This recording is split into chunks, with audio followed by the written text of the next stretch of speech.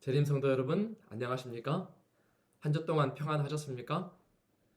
이번 주는 창세기의 기초라고 하는 제목으로 함께 공부하겠습니다. 먼저 기억절입니다. 요한복음 1장 29절.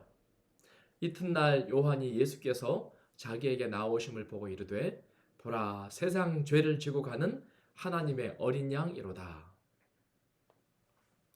서론입니다. 요한계시록은 성경의 결론 혹은 성경 모든 책이 요한계시록에서 만난다. 혹 이런 말을 들어보셨습니까? 그만큼 요한계시록은 중요한 책입니다. 그런데 이 말은 다르게 생각해보면 계시록을 바르게 이해하기 위해서는 성경의 모든 책들을 잘 이해해야 한다는 것입니다. 특히 요한계시록의 핵심 개념들이 창세기에 모두 담겨져 있습니다. 그래서 이번 기회는 창세기에 담겨 있는 요한계시록의 핵심 개념들을 우리가 공부하게 될 것입니다. 자, 일요일입니다. 첫 번째 언급의 원칙. 일반적으로 어려운 그리고 심화 수업을 할 때에는 그 첫 시간에 앞으로 배우게 될 심도 있는 공부의 기본이 되는 원칙이나 개념들을 공부합니다. 건물을 짓는 데 비유하자면 보이지 않는 기초 공사와 같은 것이지요. 성경 연구에서도 마찬가지입니다. 성경을 열면 그 첫 장, 창세기에서도 앞으로 전개될 수많은 사건과 하나님의 일들을 다루면서 기본적인 원칙이나 개념들을 설명합니다. 창세기는 법칙보다 원칙 혹은 개념, 패턴을 다룬다라고 하는 것입니다. 법칙이 아니라 원칙이라고 했습니다.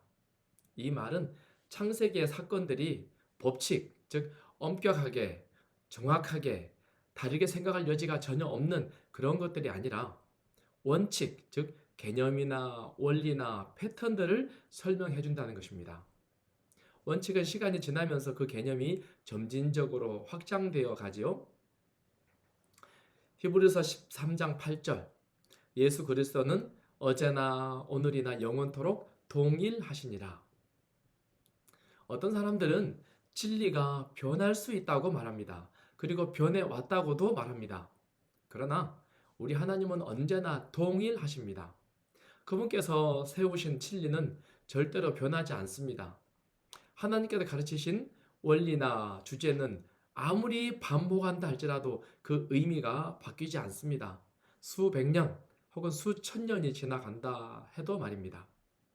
그래서 성경에서 소개되는 핵심 개념들, 이 개념들을 처음 책인 창세기에서 잘 이해할 수 있다면 앞으로 배우게 될 예언을 이해하는 데에도 큰 도움이 된다는 것입니다.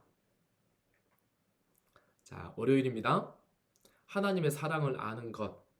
자, 월요일 소주부터는 이제 본격적으로 창세기에 등장하는 기본 원리들을 공부하게 됩니다. 첫 번째 주제는 사랑입니다. 사랑이란 무엇인가?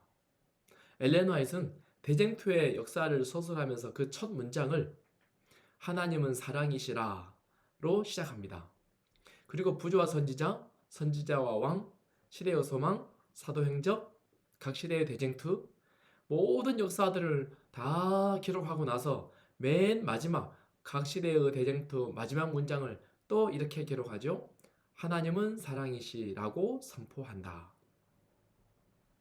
하나님은 사랑이시라를 다시 반복하고 있습니다. 성경의 역사는 하나님의 품성, 즉 사랑을 이해하는 것입니다. 하나님의 사랑을 아는 것은 대쟁투의 역사를 이해하는 중요한 열쇠가 되는 것입니다. 자, 그럼 성경에서 사랑이라고 하는 단어가 처음 언급된 곳은 어디입니까? 우리 교과에서 설명하고 있죠? 창세기 22장 2절. 여호와께서 이르시되 내 아들 내 사랑하는 독자 이삭을 데리고 모리아 땅으로 가서 내가 내게 일러준 한 산 거기서 그를 번제로 드리라. 사랑을 처음 언급하는 이 이야기는 사랑의 본질이 무엇인지를 우리에게 가르쳐 줍니다. 내 사랑하는 독자 이삭. 하나님은 이삭을 제물로 바치라고 하십니다. 하지만 사실은 하나님이 자기 아들, 그분의 아들을 인류를 위해 죽게 하실 것을 지금 말씀하고 있는 것이죠. 이것은 사랑이 무엇인지, 하나님이 직접 보여주시는 실물 교훈입니다. 요한복음에도 요한복음에 맨 먼저 사랑이라고 등장하는 단어입니다. 요한복음 3장이죠. 하나님의 세상을 이처럼 사랑하사 독생자를 주셨으니 이는 그를 믿는 자마다 멸망하지 않고 영생을 얻게 하려 하심이라. 창세기의 사랑과 같은 원리, 같은 개념이죠. 하나님의 사랑, 이 사랑은 세상과 다릅니다. 세상의 사랑은 자기를 드러내고 자기의 자아를 실현하는 도구로 삼지만 하나님의 사랑은 자기 희생적인 사랑입니다. 이처럼 창세기에서 원리 개념이 그대로 요한복음에 확장되고 반복되어집니다. 화요일, 이삭의 질문, 어린 양은 어디에 있나이까? 모리아 산으로 가는 아버지와 아들.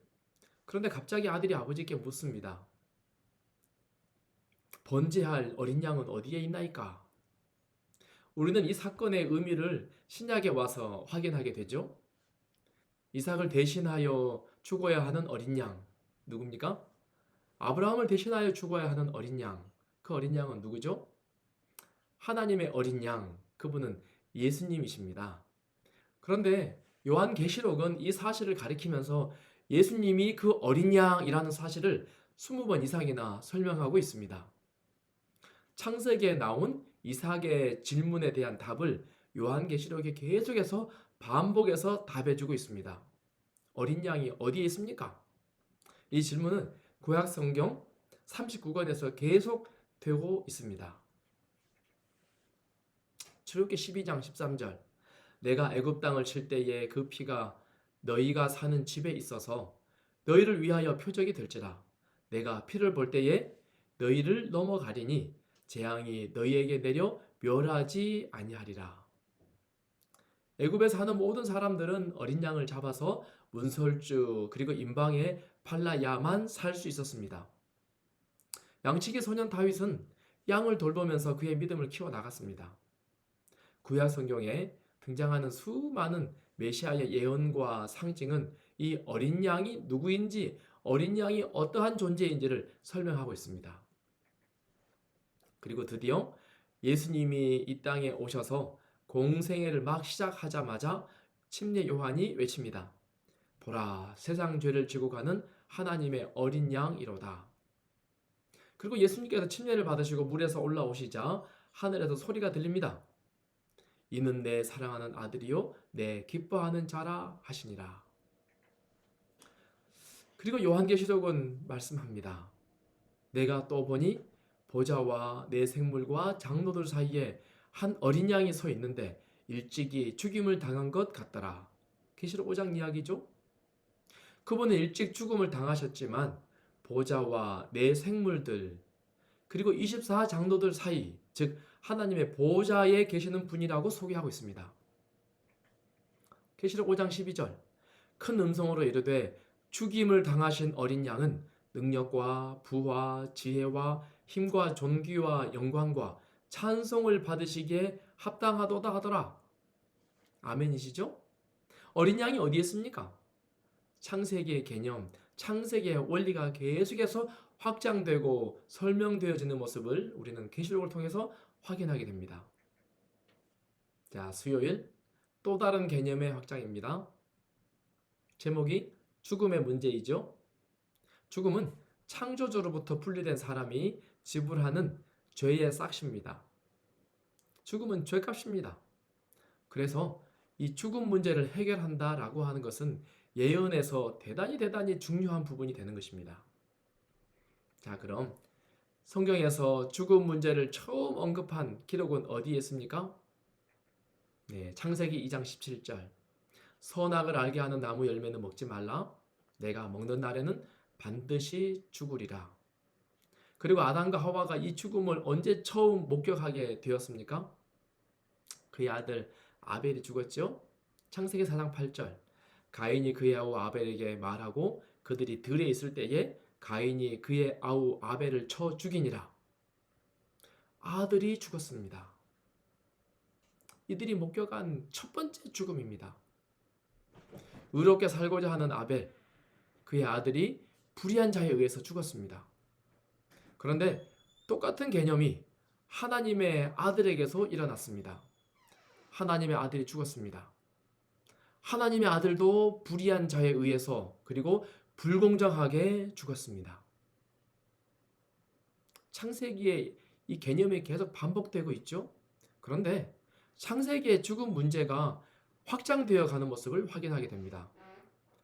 하나님의 아들은 불의한 죽음을 경험했지만 다시 살아나셨습니다. 그분은 곧 살아있는 자라 내가 전에 죽었었노라 볼지어다 이제 세세토록 살아있어 사망과 음부의 열쇠를 가졌노니. 계시록 1장 18절. 하나님은 그렇게 말씀하십니다. 불의한 죽음을 당하셨지만 하나님의 아들은 죽었다가 살아나셨습니다. 왜냐하면 그분은 사망과 음부의 열쇠를 가졌기 때문입니다.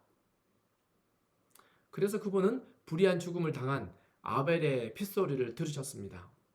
창세기 4장 10절. 내가 무엇을 하였느냐?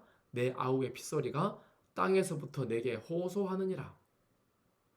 사망과 음부의 열쇠를 가지신 분이 죽은 아벨의 핏소리를 듣고 계셨습니다.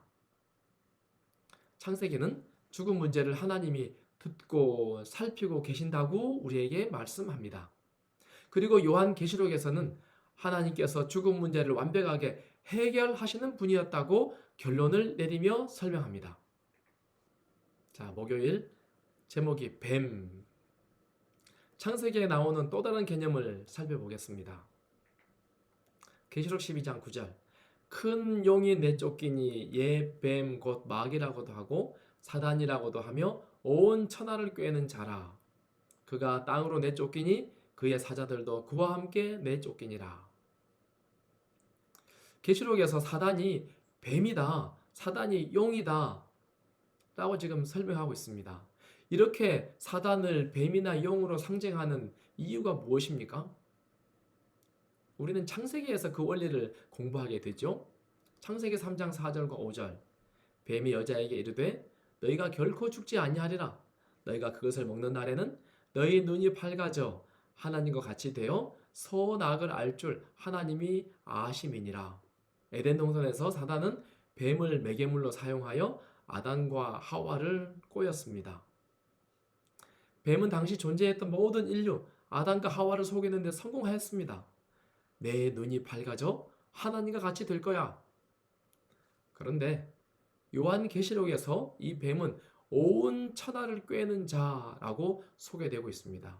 역시 모든 사람들을 꿰는 일을 지금 하고 있는 것입니다. 그리고 요한계시록은 창세기의 그 뱀, 그 용이 계시록 13장 2절 용이 자기의 능력과 보좌와 큰 권세를 그에게 주었더니 죽게 되었던 상처가 나음에 온 땅이 놀랍게 여겨 짐승을 따르더라. 역시나 온 천하를 꿰는 자로 활동하고 있다고 거듭 설명하고 있습니다.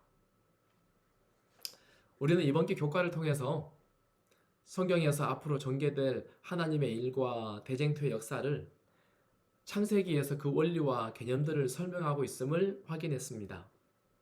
그리고 성경 곳곳에서 그 원리와 개념이 확장되어 결국 요한계시록에서 그 사실들이 선명하게 드러난다는 것을 확인했습니다. 창세기뿐만 아니라 성경 전반에 흐르는 이 개념들을 우리가 잘 이해하고 연구할 수 있다면 바른 예언 연구를 할 것이라고 확신합니다. 우리 한 주 동안도 하나님 말씀과 정말 가까이 함으로 임마누엘 하시는 우리 모든 재림 성도 되기를 바라며 공부를 마치겠습니다. 감사합니다.